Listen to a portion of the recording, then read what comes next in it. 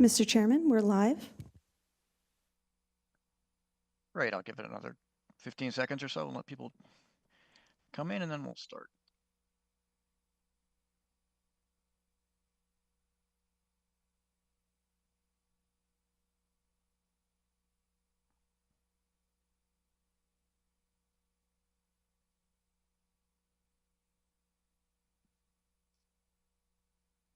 Good afternoon, everybody. It's October 17th, 2024. I'm Chauncey Goss, and I'd like to call the business meeting of the Governing Board for the South Florida Water Management District to order. As you know, we had to reschedule the October 10th Governing Board meeting today due to Hurricane Milton. I'd like to take a moment to thank all of our staff who worked so hard to ensure the district's flood control system was prepared to handle the storm, and those who worked before, during, and after Hurricane Helene and Hurricane Milton. When we have two back-to-back hurricanes, it pulls a lot of our resources, and I appreciate all of our staff's efforts throughout these events. I know we were all impacted mightily by these storms, and I really appreciate the fact that they were able to put their families on hold, put their lives on hold, and work so hard for the district. We'll hear more about the Hurricane Milton response during the presentation today. Since this is a virtual meeting, I'm going to perform a roll call to confirm that all the board members are on. Vice Chair Wagner. Here. Thank you. Mr. Bergeron. Here. Thanks. Mr. Butler. I'm here, sir. Thank you. Mr. Martinez. I'm here. Great. Colonel Roman. Here. Mr. Steinle. I'm here. Thank you. And Ms. Meads is not going to be able to join us today. If you all would unmute yourselves now, we're going to say Pledge of Allegiance. If you could just join me. I pledge allegiance to the flag Of the United States of America and to the republic for which stands one nation under God, under God, Under God, indivisible, with liberty and justice for all. Thank you all. We appreciate everyone joining us for this public meeting today. Members of the public on Zoom who wish to address the board may use the raise your hand feature. If members of the public are having any trouble and need help, please go to our website, sfwmd.gov, and click the Ask Us button at the top of the page, and staff will assist you. If you're using a phone and you'd like to comment, please press *9 to raise your hand and *6 to mute or unmute. Members of the public who would like to make a public comment, you're going to have the opportunity to do so very soon. Board members, I'm going to ask you also to use your raise your hand feature during the meeting, except when making a motion or seconding a motion. In those instances, please just unmute yourself, state your name, and then make the motion or second. During the presentation, you can raise your hand at any time if you have a question.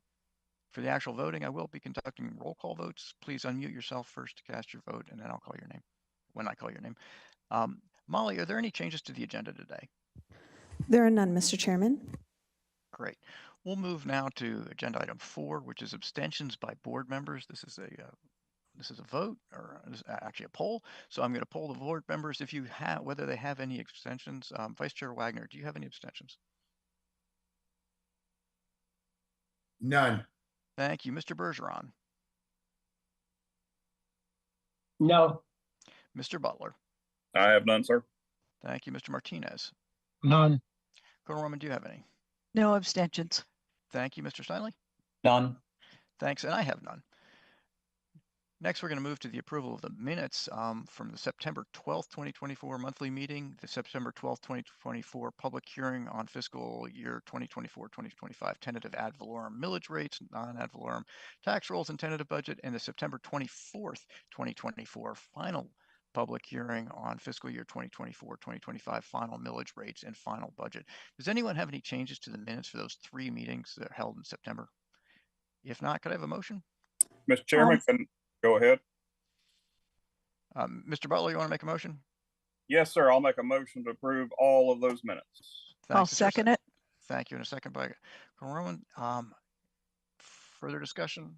Hearing none. Call that question. Vice Chair Wagner. Yes. Thank you, Mr. Bergeron. Yes. Mr. Butler. Yes. Mr. Martinez. Yes. Colonel Roman. Yes. Mr. Steinle. Yes. I'm going to vote yes, and that passes unanimously. We'll move to item number 6 now, which is our Executive Director's report from Mr. Bartlett. Thank you, Mr. Chair. Since the last meeting, there have been some very meaningful SERP milestones achieved that I wanted to share with you. First, let's talk about the EAA Reservoir project.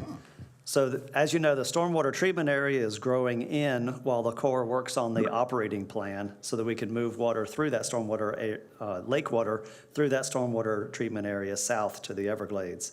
The reservoir inflow-outflow canal and embankment foundation are under construction, but the big news is that the embankment and embankment structures contract was awarded by the Corps to Thale Construction Company in a 10-year, $2.87 billion contract.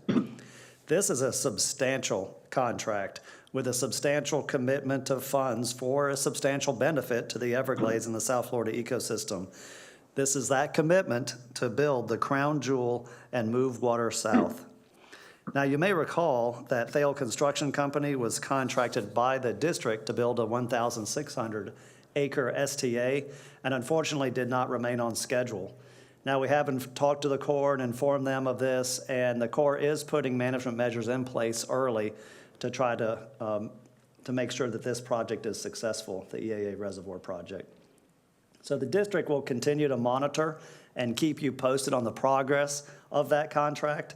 Again, it goes without saying, but this is an incredible commitment to Everglades restoration. It really will help restore not only the Everglades, but Lake Okeechobee and the estuaries by preventing discharges. And the final contract for the EAA Reservoir project is the pump station, and the district currently is finishing up the design for that pump station, and we'll keep you posted. The Corps also had a couple of other important awards beyond the EAA Reservoir project. They awarded the very first contract for the C11 impoundment in Broward County as part of the Central Everglades project. This was a $10.2 million clearing and grubbing contract awarded to Omega Foundation Services to basically get the land ready for the next contract to construct the impoundment. And then finally, the Corps awarded the first of their 5 contracts for the C-23-24 North Reservoir for protection of the St. Lucie Estuary and Indian River Lagoon. This was a $193 million contract primarily for the reservoir's pump station and was awarded to Kiewit. With that award and the initial awards this board has approved, work is truly underway for all of the remaining SERP reservoirs contained in the Southern Indian River Lagoon Plan. There are more groundbreaking ceremonies in your near future, Mr. Chair. So that was basically the update on projects. Of course, we did have 2 hurricanes hit Florida since the last board meeting. And while the South Florida Water Management District did not have any missions activated during Helene, we did have response missions during Hurricane Milton, of course. But I'm going to let Mr. Mitnick and Mr. Glenn give you the situation summary during their conditions reports later in the agenda. So that's all I wanted to cover today, Mr. Chair. Thank you. Thanks, Mr. Bartlett. Sounds like a lot of good news and a lot of forward movement. We'll move now to item number 7, which is the consent agenda. Do any board members want to move any items to the from consent to the discussion agenda? From consent to discussion. Hearing none, we'll go to public comment. Then the public had an opportunity to provide written comments prior to this meeting. The board received 1 e-comment via email. Board members were provided comments, and the e-comment is included in the meeting packet posted on the district's website. Members of the public will now have the opportunity to make a general public comment or a comment on the consent agenda. So this is both a general public comment and consent agenda comments. So Molly, are there any public comments? Yes, Mr. Chairman. We'll begin with Cynthia Thorpe, followed by Caitlin Newcamp. Ms. Thorpe, please unmute your mic.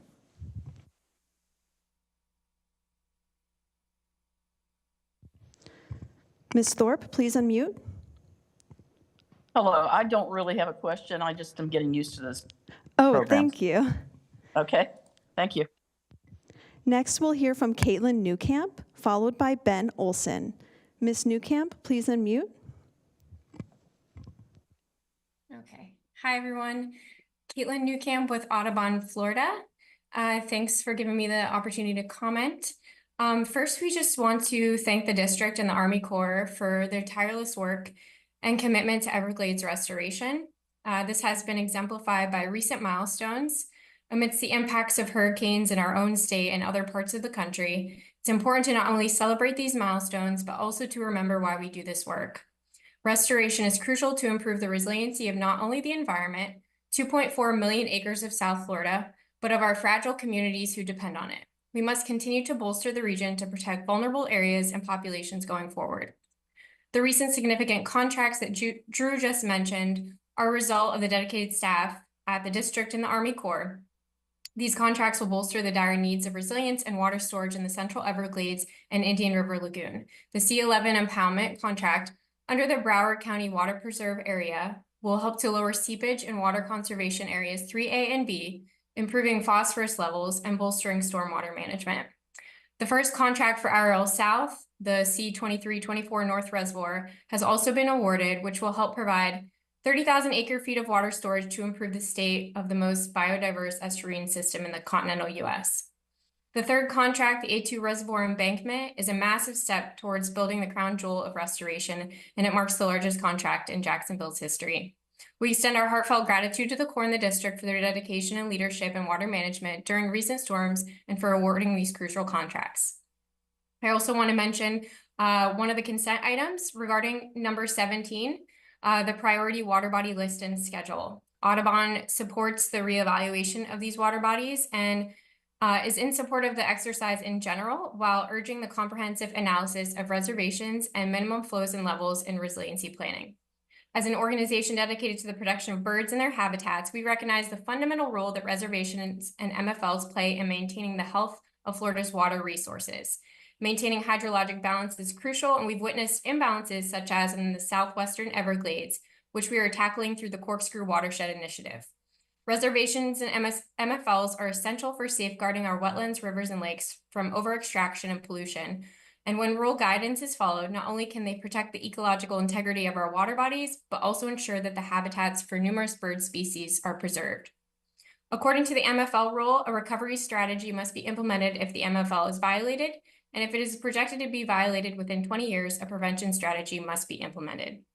This hasn't always been followed super closely, and across the state, we have over 200 water bodies with MFLs themselves. So we just recommend the district monitor MFLs more closely as we move forward into the future with increasing demand on our water. Overall, we know that reservations and MFLs are vital part of the water management strategy down here in Florida, and they contribute to the resilience of both natural ecosystems and human communities. And we thank you for your work in making our environment more resilient. Thank you. Thank you, Ms. Newcamp. We'll hear next from Ben Olson, followed by Newton Cook. Mr. Olson, please unmute. Hey, good afternoon. Can you guys hear me? We hear you. Okay. Well, thankfully, Olson Ranch and all of our neighbors avoided those tornadoes that were in the area. Nobody had any major damage around us, which was nice to hear. I just wanted to thank the board and staff once more for the protection you gave us in the WERP resolution a few months back. I wanted to share with you that I'm continuing to go through the documents from my Army Corps FOIA requests, and they continue to disgust me more and more.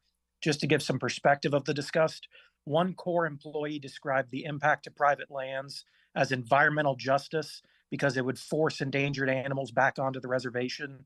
Further, it's abundantly clear from the Corps' internal communications that the civilian bureaucratic wing of the Corps came up with the idea themselves to use indigenous tribal ecological knowledge to give the Seminole tribe control over the Kissimmee Billy culverts.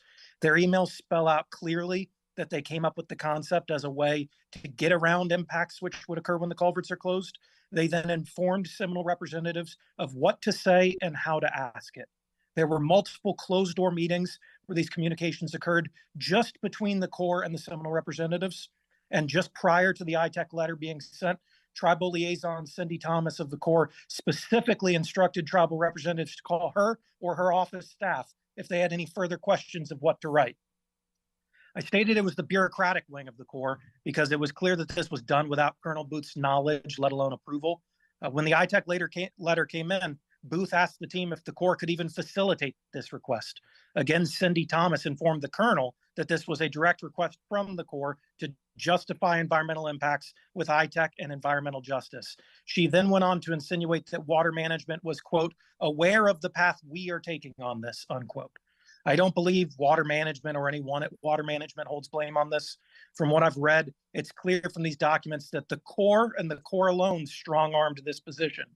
Again, I stand by my statement that the Corps is filled with a lot of liars and that the plan they're putting before Congress is tantamount to fraud, as they knew it would cause severe damage in Region 2. I commend Colonel Bowman, however, for stepping up and starting production of these FOIA requests. They've only given me 2 out of 4 of them so far, but there is severe corruption going on in Jacksonville's Corps Division, and it's clear water management was lied to by their bureaucrats just as the landowners were. So thank you again, staff and governing board, and I look forward to working with you on the state-led solution. Hopefully I can make it out to next month's groundbreaking and meeting so we can yell at each other in person. Also, I just want to really say good job to the staff on managing both of these storms. Both state agencies, or all the state agencies, seem to be far more efficient than the feds. Thank you very much. Have a wonderful day.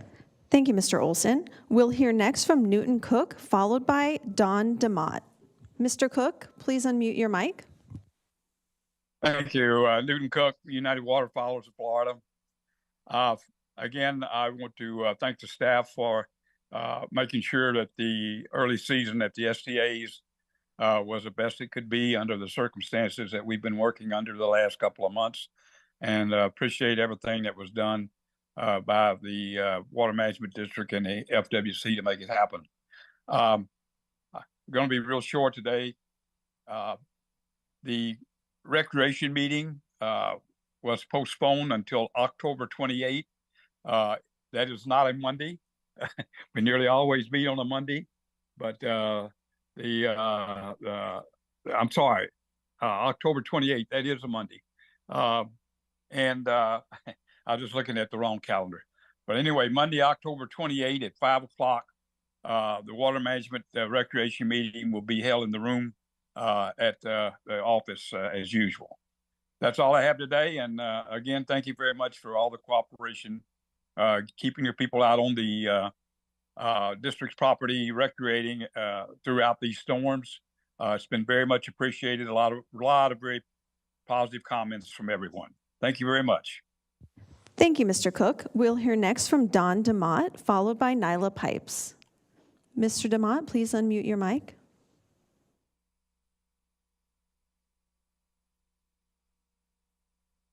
Mr. DeMott, please unmute. Can you hear me now? We hear you. Great, thank you.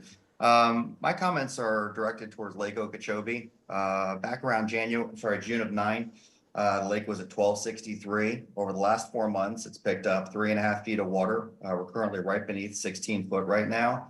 I guess my question is to you guys, why was there really no significant releases to mitigate a lot of the wind and high water damage that we occurred and had both from Helene and from Milton? I've been on the body of water both times after the storm, and our loss of submerged aquatic vegetation is well documented from FWC. It's only gotten worse after these storms, and now we're starting to lose cattails back in the marsh and everything. So I just find it somewhat galling that these things are so well known, right? We know we're going into hurricane season. We see the water continuing to go higher and higher. And if there's a plan, for this lake to be around 16 foot normally or 15 foot normally, I guess for those of us that use it, we'd appreciate a very clear path to what that is. And maybe we wouldn't get as upset when we see so much of the vegetation. I know the gentleman earlier talked about waterfowl and whatnot. Several of my neighbors around Lake Okeechobee reported a really poor season, not really seeing any ducks at all so far on the lake, but I guess most of them have gone off to the STAs at this point. The other question I have is reference to wave curtains. There's several projects going on. I understand these were guided by your office. They're not effective. In theory, they could be effective, but when you have really high wave heights like we currently have, they become twofold. They become really dangerous because you've got a lot of steel cabling that anchors them in place. You've got big barrels that are kind of supporting the curtains themselves.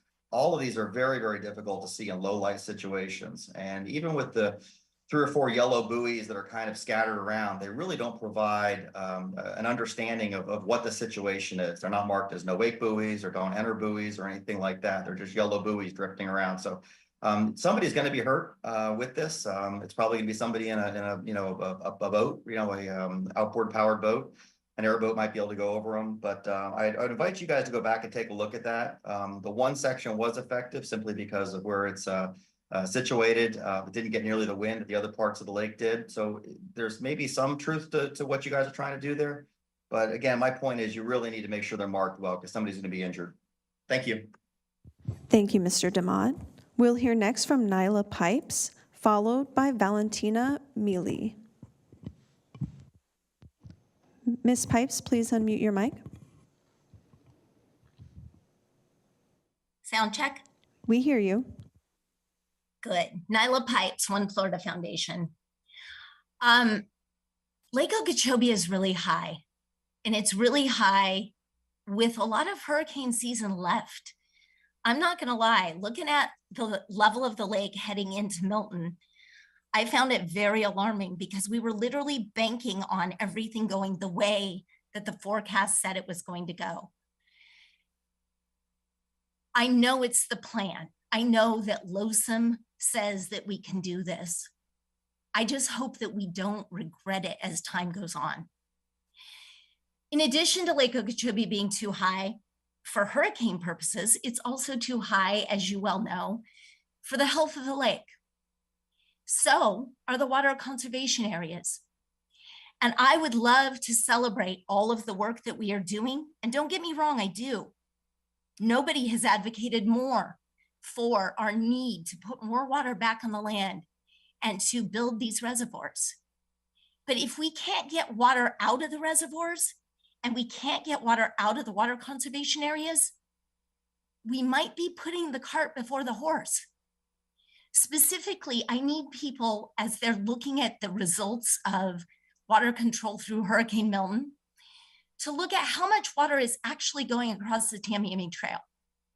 And I encourage you to go back and look at the integrated delivery schedule of like 2019 and 2020 and compare it for all of those smaller projects that are necessary for sending water south across the trail to what we're looking at today. We are super behind in the plumbing that we need at the very southern end of the system in order to relieve these high water levels, both in Lake O and in the Central Everglades. I'm growing less and less confident that what we're doing is the right thing. Are we killing the Central Everglades as we're trying to save them? Please consider this as you look at today's reports after a hurricane. And think about what happens if we get another one. It's still only mid-October. Hurricane season goes through the end of November. Thank you. Thank you, Ms. Pipes. We'll hear next from Valentina Mealy, followed by Michaela Rogers.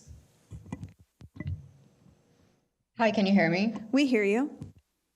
So this is Valentina Miele with Florida Oceanographic Society. And first, I'd just like to thank both the South Florida Water Management District and the Corps for all of their around-the-clock hard work following Hurricanes Helene and Milton to alleviate flooding in our battered state. My comment today is going to be about item 13, the C44 reservoir and stormwater treatment area. And we really just urge the Corps to work diligently to get the C44 reservoir fully operational and holding the 15 feet of water that it is designed for. The impacts of local basin runoff on the estuary have been devastating. We have seen flows upwards of 4,000 CFS into the Indian River Lagoon and the St. Lucie estuary. And for reference, anything above 1,700 CFS is considered damaging.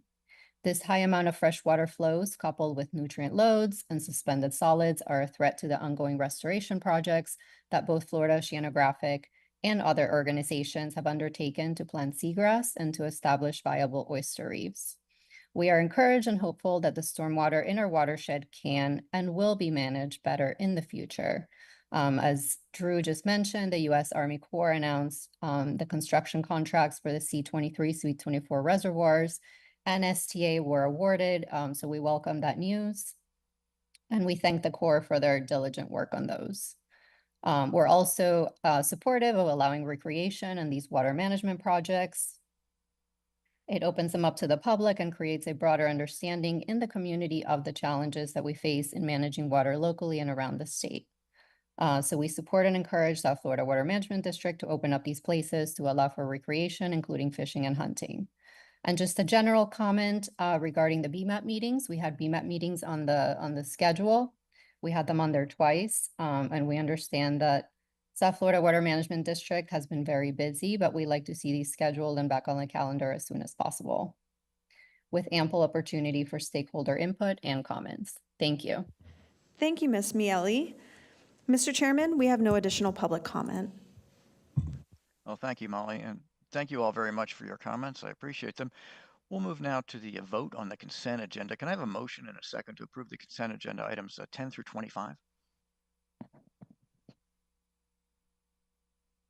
I'll move. Thank you. I have a motion by Move Vice to Chair Wagner approve. I'll second. and a second by Colonel Roman. Is there further discussion? If not, I'll call that question. Vice Chair Wagner, Yes. Mr. Bergeron, Yes. Mr. Butler, Yes. Mr. Martinez. Yes. Thank you. Colonel Roman, Yes. Mr. Steinley. Yes. I'm going to vote yes, and that passes unanimously. We're now going to move to probably the star of this show right now is going to be Mr. Mitnick and Mr. Glenn. They're going to give us our water and ecological conditions report and talk a little bit about these hurricanes. Afternoon, Mr. Chair, and the star, Mr. Glenn, sitting right next to me. We'll talk here shortly, and I'll get out of his way for everybody. But just starting real quick, rainfall-wise, you can see there on the far right-hand side, month of October, although we're only about halfway through the month, we've already received more rainfall throughout the district than we typically receive during the entire month. Obviously, that's related to the storms that passed by. But where that kind of water that fell here in October, mostly there in the southwest coast, as you can see in the blue on the left-hand graphic, and then also in the blue in the upper Kissimmee Basin was where the majority of all those rains fell. Over on the right-hand side for wet season to date, you'll just notice up there at the top, the date where this graphic sort of ends is October 9th, so that would be the day before Milton. So this graphic doesn't represent the rains that occurred during Milton, which would be especially this blue spot up here in upper Kissimmee. So we can come back in November and have a refresh graphic there, and you can get a better feel of the overall impact so far throughout the wet season. Now, in addition to that, it won't go that much farther past October 9th because the district's meteorologists have called an end to the wet season. So we are officially in the dry season. We've transitioned over. So as we move forward into November, then we'll start having these graphics be reflective of dry season totals. So that's sort of good news that we're hopefully out of the wet season, not by calendar out of the hurricane season, but at least we're into the dry season. So for this graphic on the various conditions in the lake systems in the upper Kissimmee, I'm sort of going to skip over this because towards the end of the presentation, I'm going to talk a little bit more about Hurricane Milton and the operations in the upper chain and how water got moved around. So we'll just hold this one for now, and I'll go on to Mr. Glenn, who can describe how those operations are starting to influence conditions in Kissimmee. Thanks, John. Thanks, John. As we look at the figures up here, and you look on the one on the right, and you look at the bottom of what discharge is, 5,300 CFS coming down the Kissimmee River. It takes about 1,400 CFS for water to start rising up and out of the river channel and move laterally out onto the floodplain. So you see with this amount of water coming down, the floodplain is pretty well inundated from tree line to tree line. And that can be from 1 mile to 2 miles in width and getting fairly deep in portions of the floodplain as well. The top graph shows that there's definitely discharge above that dotted red line, which is the 1,400 CFS line. So there is full floodplain inundation. And what we see in these large storm events with DO on the bottom is often we get a DO sag when we get high flow events that occur. You see that currently the DO, when you look at it from a 7-day mean, is about 1.3 milligrams per liter, and that's definitely in the stressed zone or stressed condition for aquatic organisms that require oxygen out of the water. Something I would like to show you, though, this is a mean. If you look at dailies, you see there's a diurnal cycle. So during the day, during photosynthesis, DO increases, and at night, When plants become an animal and respire, they actually take the oxygen out of the water. So there are conditions that are good for aquatic organisms at some point during the day. And also because the floodplain is inundated now, this is within the river channel. The floodplain also offers refugia and often has areas that have enough oxygen for fish to find that refuge that they need. So moving a little bit farther down towards Lake Okeechobee, you can see that so far inflows to Lake Okeechobee this water year since May 1st have been just over 1 million acre feet of water coming into the lake from all points north and a little bit here from the east on the C-44. But for the St. Lucie Estuary and the C-44 Basin, you can see there's been about a little bit more than 80,000 acre feet of water has come off of the C-44 Basin and moved into the St. Lucie Estuary. Add to that about another 216,000 acre feet from C-23-24 basins, and then just shy of 100,000 acre feet moving out of C-25 towards the Indian River Lagoon up by Fort Pierce. Over on the west coast in the Caloosahatchee, you can see total amount of water that has been moved towards the Caloosahatchee Estuary is just about 1.1 million acre feet. The vast majority of that is runoff from within the basin itself, and only about 152,000 acre feet have come from Lake Okeechobee. So I was looking at Lake Okeechobee. You remember this tool, the conditional position analysis that takes into account the forecast from the Climate Prediction Center up here at the top. And you can see as we get into the dry season, more of the reds, the drier type conditions start to prevail. This particular product, you'll remember we switched to a couple months back from the dynamic position analysis. After Hurricane Milton passed, we did do a run. All this is, of course, available on the district's website, but we did do an updated model projection for what we call the mid-month to try to capture some of those rainfall and flows from Milton as it passed by. Unfortunately, this product, the CPA, does not have that capability for a mid-month analysis. We're working to get that updated to be able to have that capability.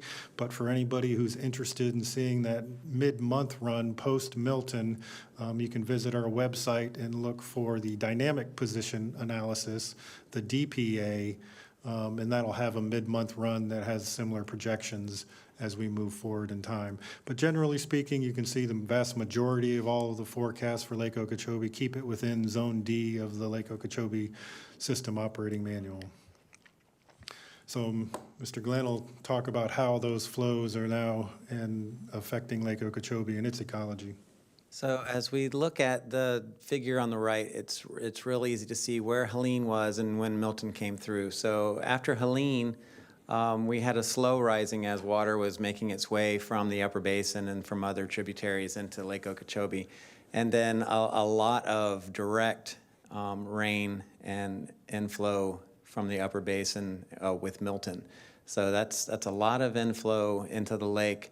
And we'll get later to as why it's has not been able, or we haven't been able to move water out of the lake in preparation for the storm.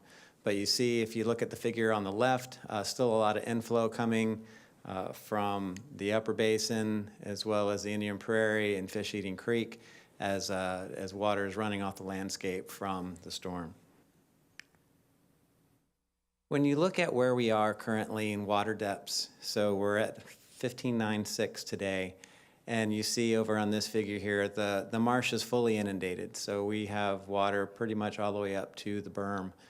And as we look at where that is in relation to the ecological envelope, we're about 1/2 foot above the standard envelope and 1 foot above the recovery envelope, which we talk about a lot, where we would like to be as we try to get SAV recruitment to begin again within the lake. So here's some pretty cool information about the storm. We have this seiche, or a lot of people say slosh. You know, the wind comes by, it pushes water over to one side of the lake, and then it rapidly pushes it back over to the other side when the winds change direction. And so the total seiche depth here, there's a 7.5-foot difference between one side and the other. When that happens, that's when you go back to the word slosh. So slosh is going back and forth, and it has to equilibrate over time. And during that period of time is when it can resuspend those bottom sediments into the water column, and that's what creates turbidity. So we often are concerned with turbidity conditions increasing after a storm and how that impacts light penetration for photosynthesis for SAV growth. And if we look at turbidity, this is from the stations you see on the left-hand side. This is preliminary data, and it's only from the northern half of the lake. We just collected these data this week, but I wanted to try to get this out here to show you. And there's 3 categories there. Shallow, which is the stations that have less than 2 meters of depth. Intermediate is between 2 and 3 meters, and deep stations are 3 meters or deeper. And that deeper zone is going to be basically the pelagic area, the more open water, the deeper parts of the lake. And what we have seen in the past, if you look at Ian, look at how quickly turbidity increased due to Ian. It was a more powerful storm. The seiche was 10 feet rather than 7.5 feet. That's a lot more energy going across the lake. And we had an increase in turbidity immediately in the shallow, the intermediate, and the deep zones. And then you look at the square covers the winter. And the winter months is once you've resuspended this, we have winter storms that come through that continue this resuspension. But then when you get to the end of that block, which is the summertime, it gets calm again and turbidity settles out. And that's the time for photosynthesis. That's the growing condition for SAV. Now we see a similar trend in our winter months, even without storms, because since the 2004-2005 hurricanes that really suspended the sediments within Lake Okeechobee such that they are much more easily suspendable now than before those storms came through, we see this type of trend, though not as great, but every winter we see turbidity increase on the lake, and then we hope that it falls out again in the summer. What we see in Milton is that we see an increase, both Helene and Milton, but look at the magnitude, it's much less, especially in the deep zone compared to Ian, much, much less. And we also see that those 2 bottom traces, the yellow and the purple, that first little peak that gets about right here, that's from Helene, and then it kind of plateaued out. So we haven't seen that tremendous increase in turbidity from Helene and Milton. We'll still go through the cycle through the winter, but it's a much better setup than we had anticipated going into this. And so hopefully the lake won't be as suspended as it was during Ian for if we get the opportunity to have a recovery strategy this year for SAV. Something I'd like to show you here, this is vegetation racks. So this is all vegetation that has been uprooted due to the wind and waves and pushed up against the edge of the shoreline of the exterior portion of the marsh. These racks can impede water movement into the marsh. They can impede fish movement into and out of the marsh. Something that we're very fortunate, our sister agency, FWC, has a program that goes in and actually goes and shreds these racks in order to maintain that flow of water and fauna from inside and outside of the marsh. They can't get to every single spot based on some limitations, but they look at what areas will provide the greatest amount of benefit. Some of this rack will just go ahead and kind of disappear on its own. Some of it stays there. When it does, it can create habitat. So the racks do occur on every single storm, and FWC has a program that goes through and looks at them. There was talks about the turbidity curtain that we are doing an experiment to see if we can limit wave energy on the inside of this. This is the outside pelagic zone, and this is the interior, to see if we can get turbidity to drop out for plant growth. You'll notice a whole bunch of little orange dots that are all scattered along the inside and the outside of the turbidity curtain, and those are the warning buoys for boaters that are going to be approaching these, and we have signage out at all of the major boat ramps to inform boaters that these are deployed and what to look for when they're on the water. But you see, they actually did pretty well. They are anchored. They were actually put back together this week, and the experiment will continue. We did complete our submerged aquatic vegetation monitoring for this year. There is an uptick from last year, a small uptick, above 1,000 acres of SAV. So we have a total this year of 3,700 acres of SAV. 3,450 of that is vascular plants, and 250 is non-vascular. So our non-vascular, if you'll see, are in blue. And Cara is the most significant non-vascular plant that grows. And you don't see much Cara at all in these water years. Cara is it's an ephemeral plant. It's a seasonal plant. It really grows during the summer season, the summer growing season, and it is a really good indicator if light conditions are appropriate for photosynthesis on the bottom. So if there is not Cara, it's showing you that conditions aren't appropriate for growth. What we are seeing is we do have our dominant species is Vallisneria or tape grass. So we do have, 3,400 acres of tape grass, but it is very small. It's there, which is fantastic. What we're trying to get to is a much taller plant that is more resilient as water depth increases. It can continue to stay in the photic zone where photosynthesis occurs. But when the plants are this small and as stage increases greatly and turbidity is high, their chance of survivorship to overwinter is limited. So we are seeing an improvement over the last year. It's very small, which then again begs for the need for a recovery in the upcoming year, because this is the lowest 5-year average of coverage on Lake Okeechobee of SAV since our monitoring program began. Looking at cyanobacterial distribution and intensity for blooms on the lake, the season's over. That's really the easiest way to say it. The first couple of graphs up there from last year, and then as we go through the season, reason being we're at the end of the growing season for it. The temperature of 25 degrees right here is where those cyanos really like to do their job, and temperature's starting to drop. And so I think we can effectively say that the BGA season has concluded for the year. Going over to the St. Lucie and looking at conditions there, you can see with the passage of Helene and with Milton that there have been pretty big spikes in inflow into the St. Lucie. All of this is from either the C44, C23-24 basin or the tidal basin itself. There you see no blue from the lake.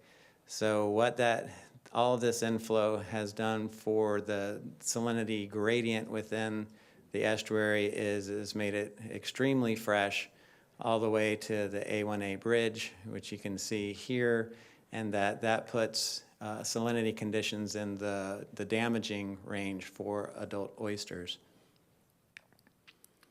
And as we look at what is happening with the oyster recruitment, remember this side can be bimodal. It can have an early spawn and a late spawn. So we did have an early spawn this year, and I don't believe that we'll see much of a late spawn unless these salinity conditions can ameliorate.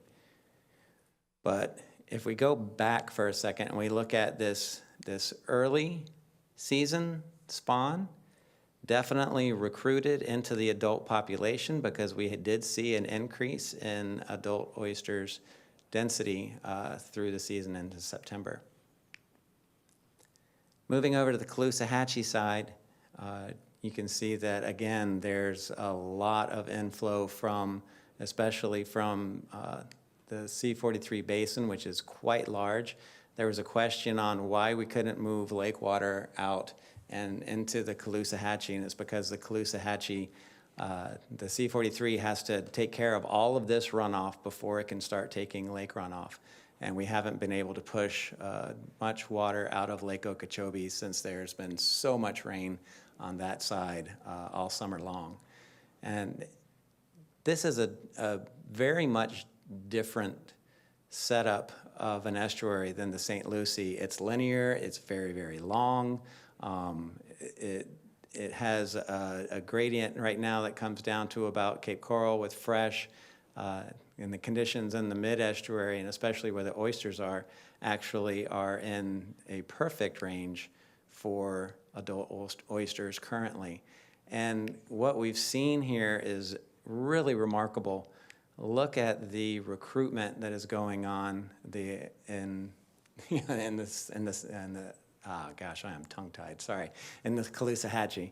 So we've had a really great salinity setup in the Caloosahatchee for basically this whole summer, and it has shown to be a great year for oysters there. And again, we get that increase from this into the adult population, so they are recruiting. All right, so moving a little bit farther south down to the stormwater treatment areas, you can see here on the right-hand side, so far this water year, the STAs have treated and processed just a little bit less than 900,000 acre-feet of water.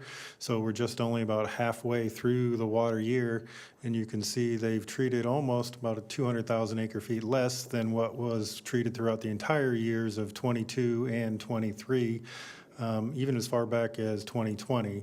So they've been processing a decent amount of water from all of the rainfall that the system has been receiving, not only from the two tropical systems that have passed through us, but also going back to the beginning of the wet season when we had some of those rains, and right there at the beginning of the wet season during the months of May and June. But how the STAs are faring, Lawrence? So John has mentioned about how much water has come from the lake versus how much has come off of the EAA. And we see that current depths are either at or above their optimal level. Performance, we've talked about it in the last couple of meetings, and I'm not providing those other slides, but how we receive water in the STAs is really important and has an impact on their performance. We still have those real large rains that occurred at the beginning of the wet season that caused high concentrations that are still showing up in the data, and they're showing performance not as good as we would like to see, but this is an average, so we have the rest of the year in order for those kind of anomalous peaks to be flattened out because the STAs are performing rather well. I would like to go and show you, we did have tornadoes track through all of our STAs except for STA 3-4. So these red lines that you see are going through the STAs, and we did overflights to see if those tornadoes had any damaging impacts on the vegetation within. And we didn't see any damage to the vegetation itself. But over here, this is Wellington. This is where this track went through Rustic Ranches. Both of these did. And along, this is the Aero Club within Wellington. And so we do have scattered debris out in the STA. And we do have missions for that to be cleaned up as we move forward. But we don't see anything that we think will have a damaging impact on the vegetation itself due to the tornado tracks that were directly over these STAs. Going down to Biscayne Bay, we see salinity conditions currently with the inflows that came from Milton have salinity about 20.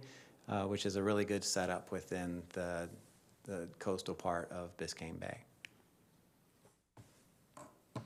So looking at how water's been moved around the southern portion of the system, you can see there's the million acre feet that I talked about that came into Lake Okeechobee, but into the water conservation areas, we're just shy of 1.5 million acre feet. And what should stand out to you a little bit more this time around, or this month, is the roughly 500,000 acre feet that have come in from the western basins with the passage of the two tropical systems coming up the west coast of Florida, and the sizable amount of rain that occurred over on the western side of the Water Management District. So the conservation areas have had a decent amount of inflow to them, coming out at the bottom into Everglades National Park, just shy of 900,000 acre feet so far this water year, inclusive of some of that return water that over here on the eastern side. Looking at the intercoastal off the lower east coast, going to tide, right around 2 million acre feet of water has been moved off of the urban areas into the intercoastal waterway, with about 1.2 million acre feet of that going down here towards Biscayne Bay. In addition, I'll point out we've been moving, because of the high water conditions in each of the 3 water conservation areas, we've been moving just about over 200,000 acre feet out of the water conservation areas, trying to ameliorate those high water conditions and moving that through the lower East Coast when we can and when there's not rainfall along the lower East Coast. That's an operation that we will continue to do as long as the conservation areas remain high in relation to their regulation schedules. But looking at each one of the regulation schedules, starting in the upper right-hand corner for Conservation Area 1 or the refuge, you can see during the storm it got a decent amount of rain. So it briefly went above its regulation schedule, but then the Corps of Engineers had implemented operations through the operations of the S10s and in cooperation with the Water Management District for S39 to move water out. You can see it has once again dropped below its regulation schedule, and it's sitting in a pretty decent place from a water level perspective for this time of year. Area 2, on the other hand, is still well above its regulation schedule. Corps of Engineers has implemented operations along the S11s right here to move water out of Area 2 into Area 3. They were fully open on the S11s earlier this week, late last week, but they've made reductions in those flows as now with the passage of the storm and the lessening of rainfall over here on the lower East Coast.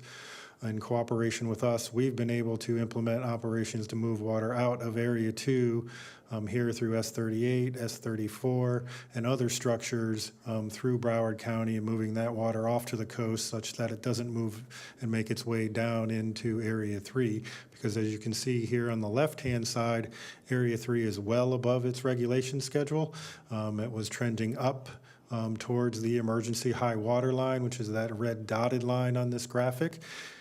Although it did not receive a large amount of direct rainfall, it's the overall system conditions and how areas 2 and 1 were above schedule and promoted a lot of that water down into Area 3. But those inflows are starting to taper off, as I said. Right now, although this graphic shows 2 red dots, for S12A and B. S12A and B are fully open, along with 12C and D along the bottom of Area 3A. So all of the S12s are currently fully open.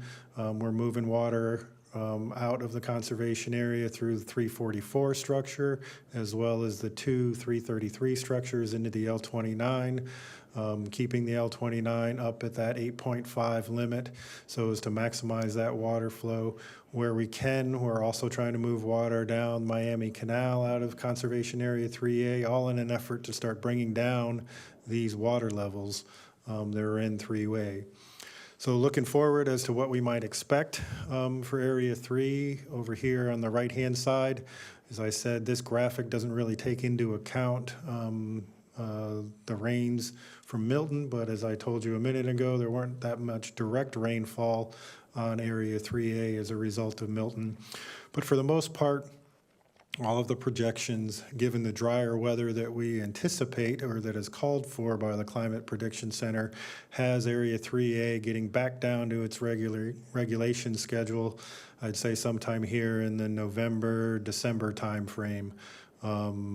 if everything goes well and Mother Nature starts cooperating with us a little bit more. Lawrence? Thanks, John. So we do see there's definitely an increase in depth in the Everglades as we have gone through, Milton and Helene, especially this ponding area that's occurring here. John's told you about the operations that are undergoing now in order to move water out of Water Conservation Area 3 especially. The FWC conducts spotlight surveys on the levees when water gets high within the water conservation areas. And typically on a night spotlight monitoring, they'll see less than 10 deer, and they've been seeing up to 73 deer on the levees seeking refuge from this high water currently. So they do have high water special regulations in effect for the water conservation areas. But what we do see in here that is a positive is we have this connectivity in Lossman Slough and Shark River Slough and Taylor Slough. As we look at these water depths as a setup, and there's always going to be kind of this contrast between what's good for fur-bearing animals, what's good for wading birds. Everybody has kind of a different sweet spot. And as we go into setup for the wading bird nesting season, we see that these water depths are deeper. They are good for prey production, especially for wood storks. They feast mostly on fish, so that fish production is available, and it provides a water volume that can have a slow recession during the dry season in order to concentrate prey right at the time that they're starting to need to feed their young and fledge them from the nest. So, there's always conflict out there between, what's going on with the different organisms that use every habitat. And this time it's not great for fur-bearing animals, but for wading birds, the setup is pretty beneficial. And this is looking at the Alley North conditions. And Alley North is one of the largest wading bird colonies in the Everglades and can be the largest in the United States depending on conditions, with up to 60,000 birds nesting here. And we see a relationship between what the stage is at October 15. We like to be at 11.5 to have enough water volume for a recession down to 9.5 feet on March 15th. If we have water at 9.5 or above, we typically have great success at Alley North. If it's below 9.5, we have seen zero success at Alley North. So we were very concerned coming into this water year before the storm came through, because we were below, but it actually bumped that up so that volume is available to have that slow recession. And so as we look at how we're managing the system, this is one of the things that will go into that decision making on how quickly to move water out. There is a blue-green algae bloom in Central Florida Bay. This bloom has persisted since the spring, but since the tropical storms came through, it's our belief that, we've talked about it in the past, that when Irma came through, it really did some devastation to the mangrove zone, which lines Florida Bay. And there's still a lot of dead and rotting mangrove kind of rack that's in there.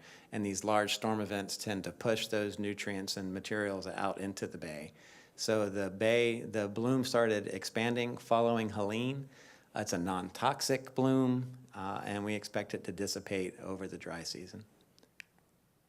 And then lastly, looking at salinity conditions in Florida Bay, in both the Eastern Bay and the Western Bay, and Central Bay and Western Bay, conditions are all well below the hypersalinity value of 40, and it's a really good setup going into the dry season.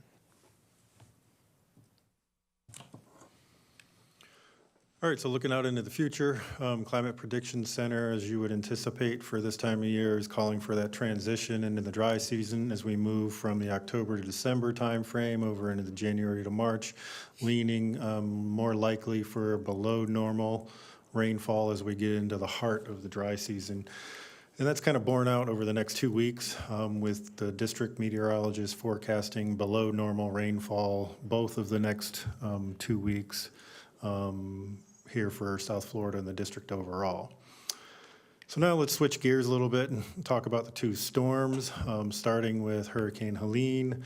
As we all know, it formed down there in the Caribbean, made its track up. Didn't really have a whole lot of an impact here to our water management district, but went on to wreak a lot of havoc and devastation up in the northern parts of Florida, Georgia, and up into North Carolina there and the rest of the continental U.S. I'm sure we've all seen some of the images coming out of those areas to the north and the type of damage that water can actually do once it gets moving really fast.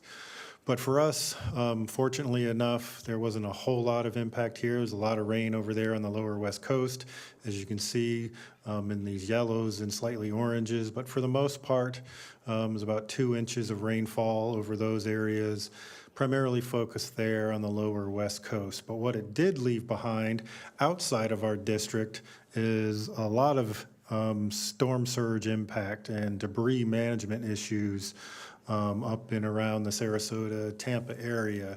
So after Helene, those areas went about their cleanup, debris management, removal following the storm.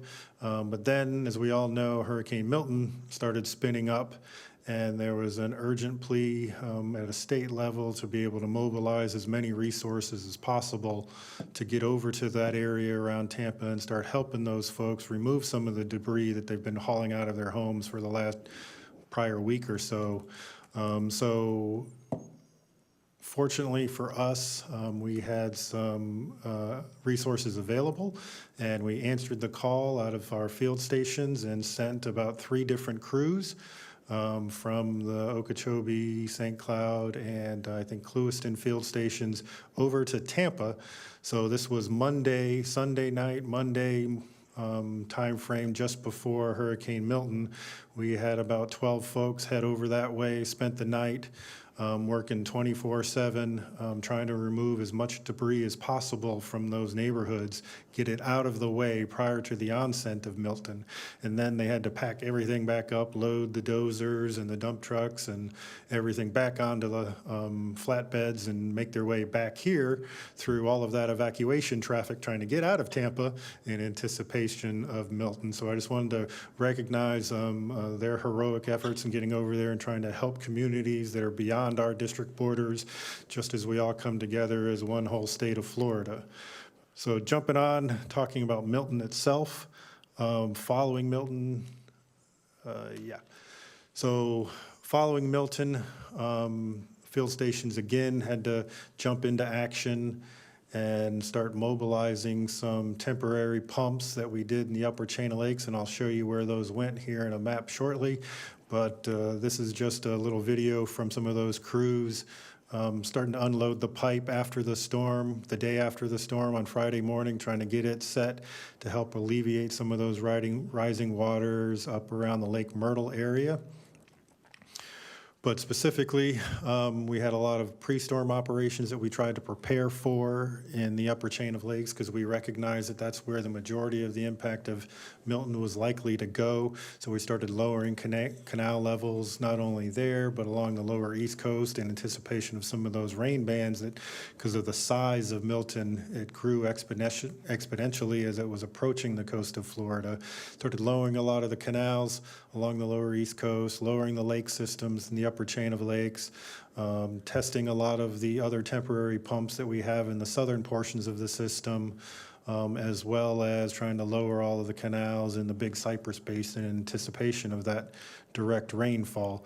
So as we all know, Milton spun up over there by the Yucatan, tracked directly west to east across the northern portion of our district, but pretty much right through the I-4 corridor in central Florida. What we were really concerned about leading up to Milton, and looking at the forecast in the days before, is this bright purple and dark reds right up here. And you can see it's had an 11-inch local maximum of direct rainfall in that area. And all of the forecasts that we were seeing leading up to the storm, it was very uncertain. We knew that there would be a high-intensity rain band that would set up just on the north side of Milton's track and in anticipation of its arrival, but we weren't sure exactly where that setup would occur. Would it be just inside of our district, right here over the entire upper chain of lakes around East Lake and West Lake and Lake Hart, where Ian impacted not too long ago? Or was it going to be just outside of our water management district? Fortunately for us, it occurred just outside of our water management district. We did have some inflows from outside of our water management coming down some of the creek systems, but for the most part, the heaviest rainfall from that intense rain band that we saw coming landed just outside of our water management district and didn't land directly over the northern lakes. If it had, then we'd probably be sitting here having a very different conversation today. And this presentation would have been a lot shorter because Drew and I would probably be in a helicopter flying back and forth to those communities. But you can see the Upper Kissimmee did receive about 2 to 3 inches of rainfall in those lake systems. And in addition to that, in the southern portion of the district, you heard Lawrence touch on the tornadoes. This is just all the tornado warnings that started popping up throughout South Florida and their various tracks. Here in the center graphic about how they may have impacted some of our infrastructure. So it was something that we had to take into consideration post-storm, is getting these tracks plotted and then doing a GIS exercise to identify what infrastructure we had in close proximity to each of those paths of the tornadoes, just so we could get out on the ground and inspect those facilities.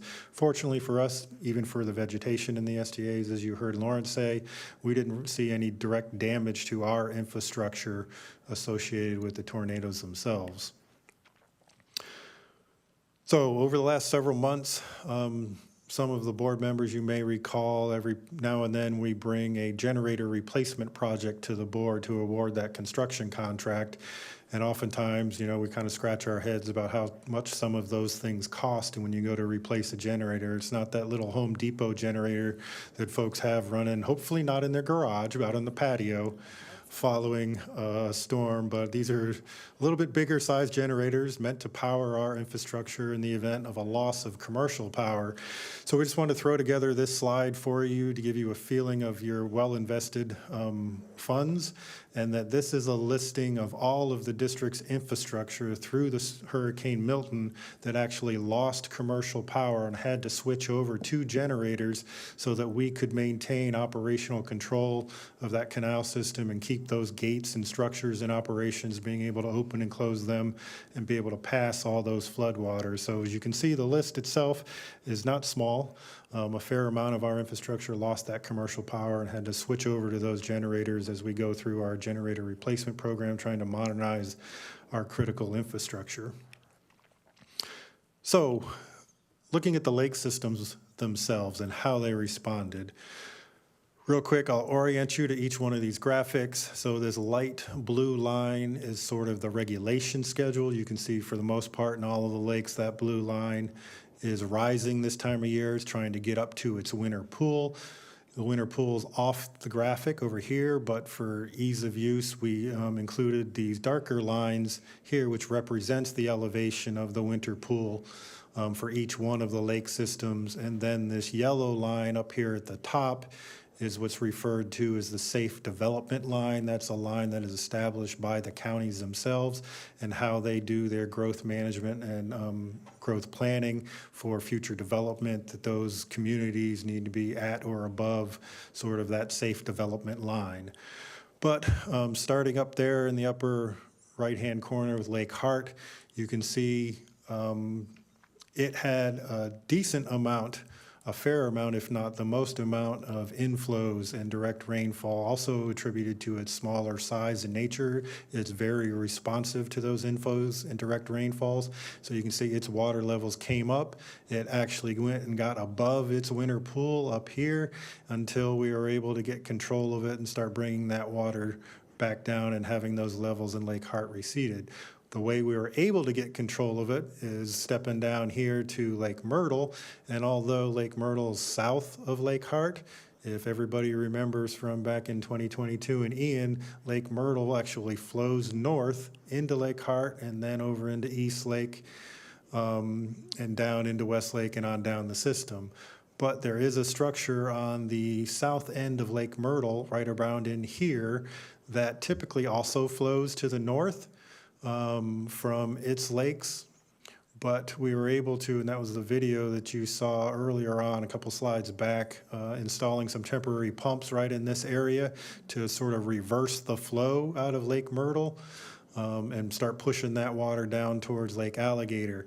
So you can see here how Myrtle came very close to that safe development line that I talked about, but through those enhanced operations, we were able to get control of the lake and start bringing it down as we were pulling it both to the north and to the south. And once we got sufficient amount of water flowing back to the south, we were able to reduce the amount flowing to the north into Lake Hart. And that's why how you see Lake Hart starting to recede and trend down and get back down here to its winter pool. Lake Alligator, for the most part, even though we had those additional inflows coming from Lake Myrtle and moving that water back down the southern leg of the system, didn't really have that much of a response from the storm. You can see it just started trending up there at post-storm with those additional inflows from the north, but it's sitting right around at regulation schedule because we were able to very well control Lake Alligator by opening up this structure right here and moving that on down into the Kissimmee, Cypress, and Hatchnahaw group down here. So jumping over to East Lake, very, very different story for East Lake, this hurricane, than what Ian was. You can see it did get above its regulation schedule as some of those direct rains as well as the inflows, especially coming down Boggy Creek. There was a fair amount of water coming into East Lake from Boggy Creek, but it got up pretty much above schedule, but below its winter pool as we began transitioning that water from Lake Hart down into East Lake.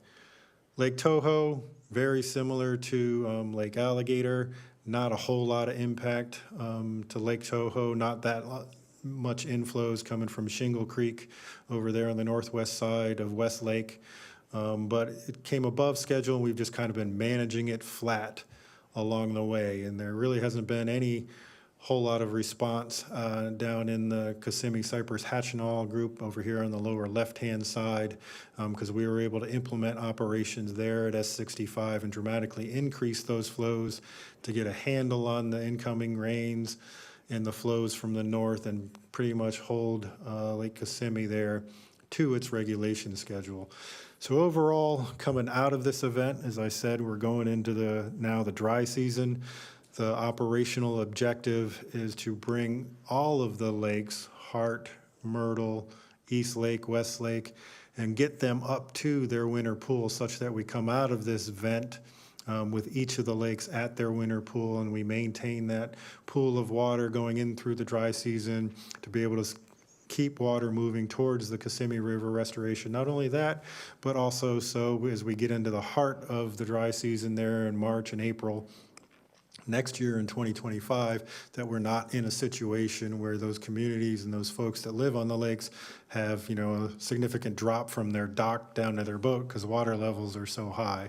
So we're trying to manage the lake system and bring them all in right around their winter pools.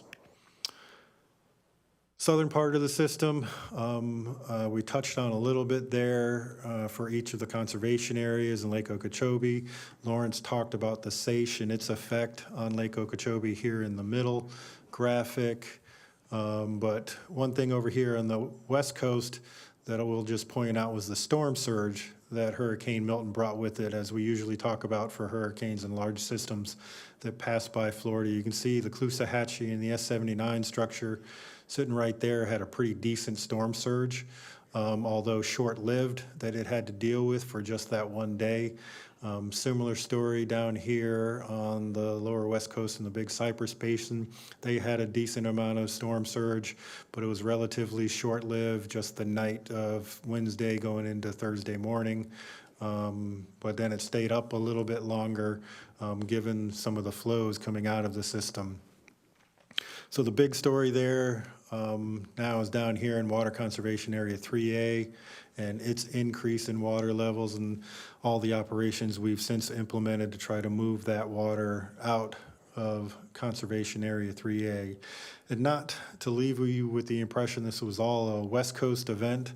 You can see the flow here at the very southernmost structure that we have in our system, S197, is open and continues to flow. It has been open for quite some time, not only from Helene, but other direct wet season rains.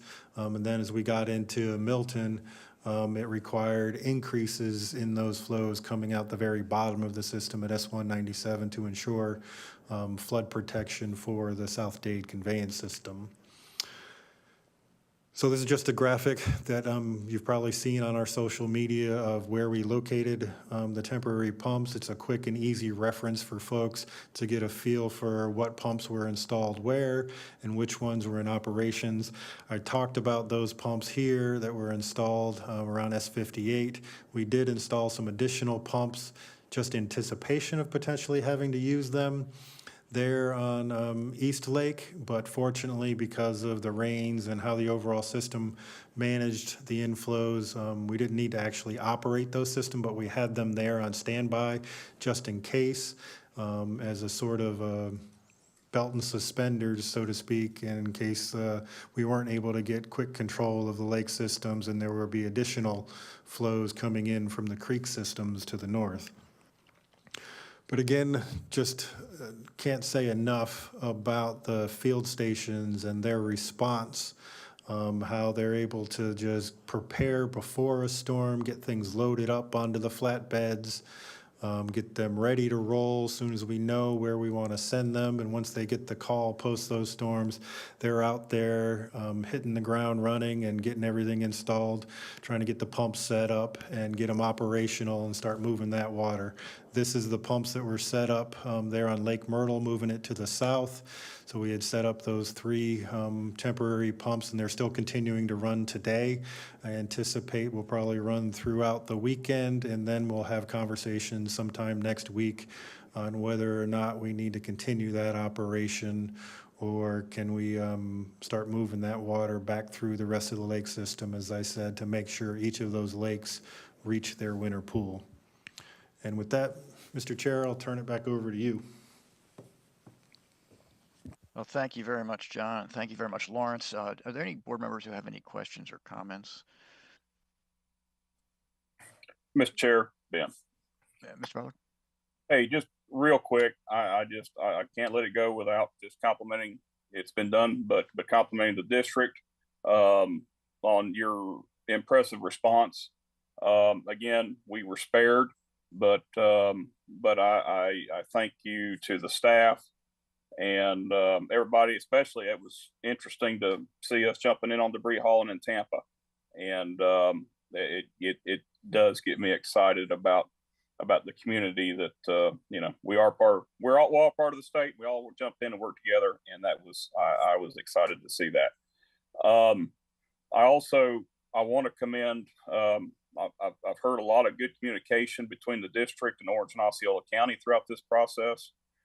We had staffers that were staying at the EOC, and I commend those staffers, Nicole and Miss Lisa for doing that, and then all the staff that mobilized immediately after this most recent Milton had passed. So just and that's an impressive presentation, John. And appreciate that. That was that's always interesting to go back and debrief. So no, thank you for that great presentation. Thanks, Mr. Butler. Anyone else? I have one, Mr. Chairman. Mr. Bergeron? Yes, thank you. John, have we got anything going on with the emergency deviation with the S12s and the 343A and B based upon the high water conditions? Has you got any communication to be able to implement that deviation? Because I think we've already shut the 343A and B October 1st, and I guess they're going to shut S12A in December, I think. Right. So, Mr. Bergeron, this is Drew. Yeah, so I had a conversation with Larry Williams and Colonel Bowman about 2 days ago about those kind of operations. Right now, it seems that the colonel is most interested in accelerating and moving forward with the current combined operating plan deviation. When you look at the way the Corps looks at it is it doesn't hit emergency conditions by their definition, which ultimately lies in the integrity of the levees and if there's any threats to the levees. So that's how they're looking at it. And so they are wanting to move the water. We're looking for all the options as far as processing a deviation. They are finishing up modeling for the deviation to the combined operating plan and hope to proceed with that.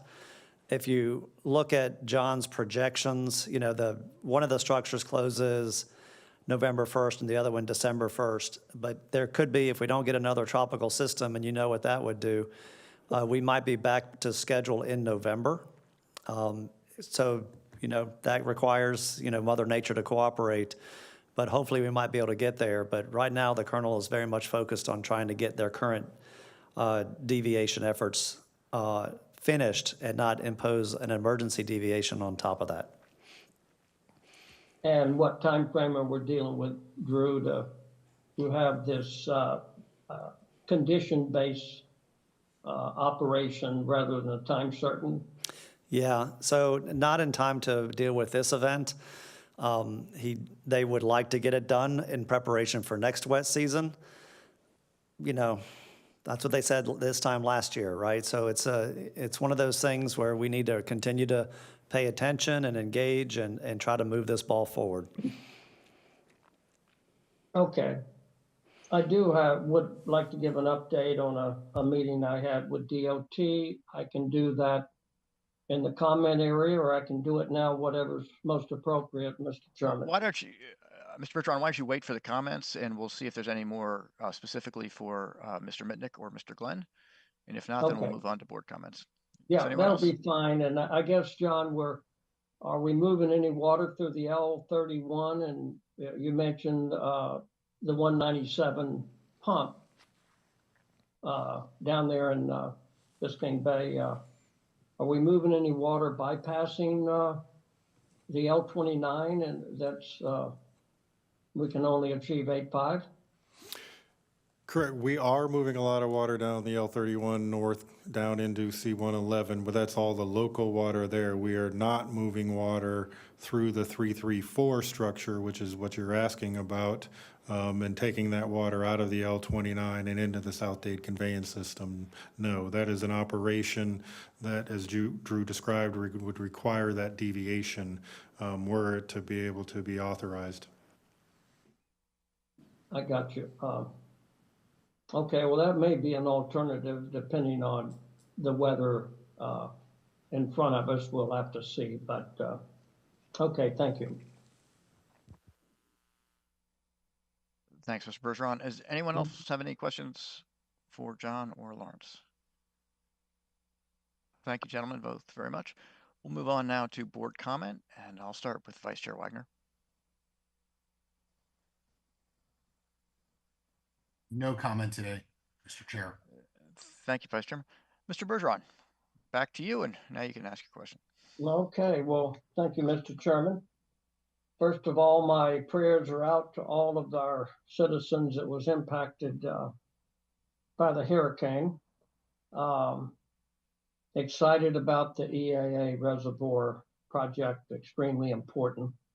And I would like to update my fellow board members and our stakeholders.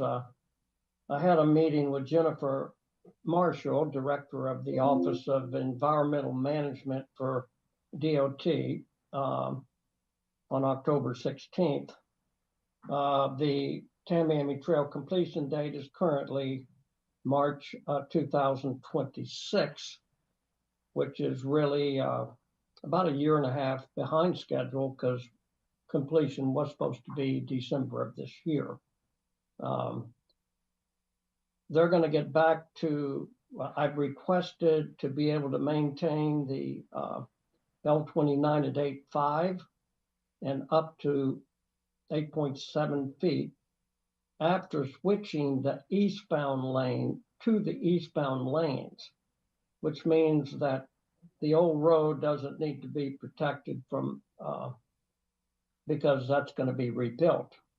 So I hope they're going to get back to me and within a week to see if that's possible. And me and Drew talked about how important that is. I put some emphasis on the elevating the Osceola camp that has to be done to be compatible with SERP. And we will see the date of completion of elevating that campsite on the south side of the Tamiami Trail, which could be another barrier of moving water south. Once we achieve to be able to elevate to 8.5 year round or 8.7, then we're able to deliver about 1/2 of the quantity of water of SERP. I think it's important that FDOT is attending the task force workshop at the end of the month. They're part of our sister agency that's extremely critically important to finish this project up to move water south. Also, we need to check with the Park Service to make sure the airboat concessions, making sure the Park Service and airboat concessions have elevated their docks and other improvements to be compatible with SERP. And I think, Drew, we need to work with the Park Service on seeing where they're at with those improvements to make sure that when the road is completed, March of 26, that we have no other obstacles that's stopping water from moving south. We had some discussions with DOT in regards to using box culverts west of the L28 rather than culverts to achieve moving water south and getting 2 for 1 regarding the panther, which is one of the most endangered species on the planet. I think that it's important that at the task force meeting that we highly try to prioritize from all our federal partners and state partners the importance of prioritizing the Blue Shanty, which would achieve the other 60% of the flow that flowed naturally before this system was compartmentalized. I think it's important that we continue to work with U.S. Fish and Wildlife in regards to captive breeding and relocation of the Cape Sable sparrow to an area that's compatible with SERP. And I suggest that we have possibly, Drew, quarterly meetings with the 4 federal agencies and 4 state agencies and the tribe in regards to all of the above issues that I just talked about to make sure everybody's on the same page. So when the road is completed in March of 2026, that there's no other obstacles that stops water from moving south. And I think that's critically important for the benefit of both sides of the road and the global Everglades. So thank you for letting me give this update on down at the Tamiami Trail, Mr. Chairman. Thank you, Mr. Bergeron. Mr. Butler, do you have any further comments? No, sir. I've dropped all my comments in the technical report there. Good. I'm glad you're safe and got through the tornadoes. Mr. Martinez. No comment, Mr. Chairman. Thank you. Colonel Roman. Yes, thank you, Mr. Chair. I have a couple brief things. Mr. Bergeron, in listening to your comments just a couple of moments ago, I was interested in your thoughts about the box culverts. I'm not sure that the box culvert is the same as a wildlife crossing, but in your mention of the Panther, we want to provide for those wildlife crossings under Tamiami Trail. And I fully support putting in the proper crossing culvert for our wildlife. And I think you're absolutely right when it comes to planning for the road to be done to the highest of standards, addressing all of the issues so that once it's done, it serves an important purpose and there's no other obstacles. So I fully support and commend you for your efforts there. The second thing that I have is I really want to thank the district team, Drew, and the staff for all of their work in preparing for and executing safely the operations that were required to keep our community safe and flood proofed during 2 hurricanes here recently. 2 hurricanes in 13 days, and they're all headed for Southwest Florida. I'm not sure what we did to get so lucky, but we've had a lot of excitement here in the last couple of weeks. And I want to give a special shout out in addition to the Big Cypress Basin team. Andrew Wolf and the field station group has just done a tremendous job, along with Brad Jackson, who's our water manager, and doing everything he can to get those water levels right, like John and his team does at the district level. So there's a lot of moving parts, a lot of folks involved. And I just want to thank everyone. Lisa Keeler was plugged into the Collier County EOC. Rachel King was sitting in the EOC. So, I mean, we have a small team, but they were all leaning forward to provide that service to our community. And I think you'd be very proud. That's all I have. Thank you. Thank you, Colonel Roman. Mr. Chair, could I respond to? Please, Mr. Bergeron. Colonel Roman, yeah, she has a very good point, and I kind of cut my conversation. We did talk about separate and apart the panther, and not just for panthers, for bears and for multiple wildlife that have huge home ranges. And we talked about, and I recommended that we get with FWC because they have the radar that really shows the main corridors of where the panthers are crossing. And that most likely wouldn't line up with the culverts that are really designed to make sure the water's flowing into the proper sloughs naturally by gravity. So you have a very good point there that was brought up, and I will say DOT is very for panther crossings and making sure that we protect that endangered species, plus many others. So very good point, Colonel. And that I think the crossings for the wildlife wouldn't line up with the conveyance of the natural flow lining up with the natural sloughs. So good point, and they'll probably, the crossings will be most likely separate and apart. So well, thank you very much, Mr. Bergeron, because, you know, while we've got the road under construction, we might as well do everything like you suggested and get rid of all the obstacles. Absolutely. So Mr. Chair, if you don't mind, this is Drew. So we are designing with DOT 4 culverts as part of Western Everglades Restoration Project for the part of Tamiami Trail, US 41, just to the west of the L28 levee. We are designing those to allow, obviously, the conveyance of water, but we're also designing them to allow wildlife passage just in case they want to go there too. So we're doing both for all 4.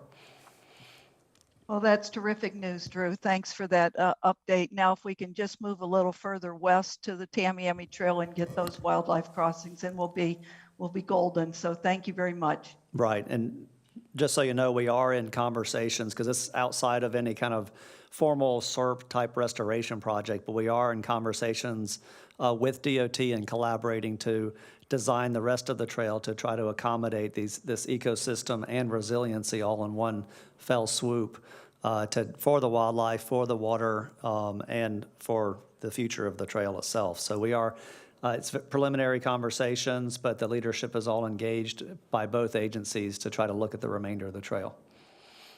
Thank you so And much. that- Great. I think, Drew, that includes Loop Road as well.